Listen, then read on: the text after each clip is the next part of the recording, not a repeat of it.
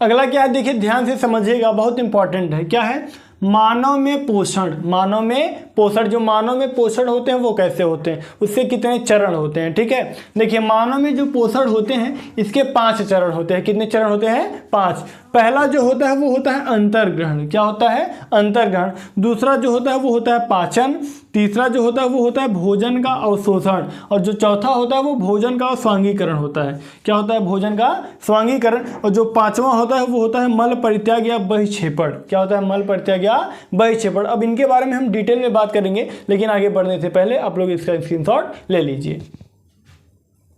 पहला पॉइंट क्या है, ध्यान से समझिएगा। पहला है अंतर्ग्रहण। क्या है? अंतर्ग्रहण। अंतर्ग्रहण क्या होता है?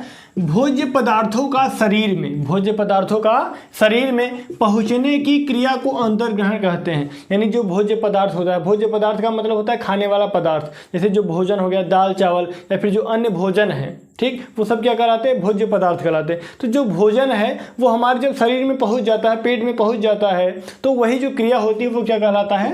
अंतर्ग्रहण कहलाता है। ठीक। दूसरा जो है वो है पाचन। क्या है? पाचन। ये क्या होता है?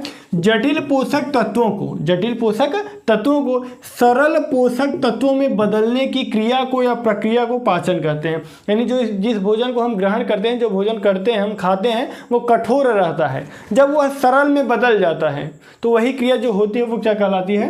पाचन कहलाती है। ठीक। और आप लोगों को पता ही होगा कि जो भोजन का पाचन होता है वो मुख से शुरू हो जाता है। ठीक है।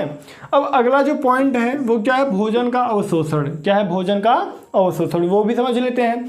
क्या है कि पचा हुआ भोजन अवशोषित, जो पचा हुआ भोजन होता है वो अवशोषित होकर छोटी आंत की भित्ति में, छोटी आंत की भित्ति में स्थित रुधिर वाहिकाओं में, स्थित रुधिर वाहिकाओं में चला जाता है। यानी जो भोजन होता है वो पचने के बाद भोजन जो होता है वो अवशोषित होकर छोटी आंत की भित्ति में स्थित जो कोशिका, जो रुधिर होते हैं, जो ब्लड होता है, उसमें क्या हो जाता है? उसकी वाहिकाओं में चला जाता है। उसकी वाहिकाओं में क्या हो जाता है? चला हो जाता है। तो इस प्रक्रम को या इस क्रिया को हम क्या कहते हैं? अवशोषण कहते हैं। क्या कहते हैं? अवशोषण। जो भोजन का पाचन होता है वो सबसे ज़्यादा भारी मात्रा में छोटी आंत में हो जाता है। कहाँ पर हो जाता है? छोटी आंत में हो जाता है। ठीक।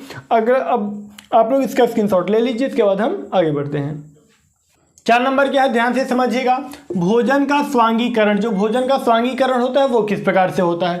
अवशोषित पदार्थों, अवशोषित पदार्थों यानी जो छोटी आंत में भोजन अवशोषित हो गए रहते हैं, उन पदार्थों का स्थानांतरण रुधिर वाहिकाओं द्वारा, रुधिर वाहिकाओं द्वारा शरीर के विभिन्न अंगों तक होता है। यानी शरीर के विभिन्न अंगों तक ये जो होते हैं वो पहुंच जाते हैं। इस प्रक्रम को स्वांगीकरण कहते हैं। इस प्रक्रम को हम क्या कहते हैं? स्वांगीकरण कहते हैं। ठीक। अगला क्या है? मल परित्याग या बहिक्षेपण। मल परित्याग या बहिक्षेपण, इस क्रिया को हम निष्कासन भी कहते हैं। ठीक। ये क्या होता है? अपचित भोजन। अपचित भोजन का मतलब होता है ऐसा भोजन जो शरीर में पचा नहीं रहता है, वही अपचित भोजन कहलाता है। यानी अपचित भोजन को गुदा द्वार द्वारा शरीर से बाहर निकालने की क्रिया को या प्रक्रिया को ही मल परित्याग या बहिक्षेपण कहते हैं। यानी जो भोजन शरीर में पचा नहीं रहता है, यदि उसे हम शरीर से बाहर निकाल देते हैं तो वही जो क्रिया होती है हमारा मल परित्याग या बहिक्षेपण कहलाती है। ठीक। तो आप लोग इसका स्क्रीनशॉट ले लीजिए।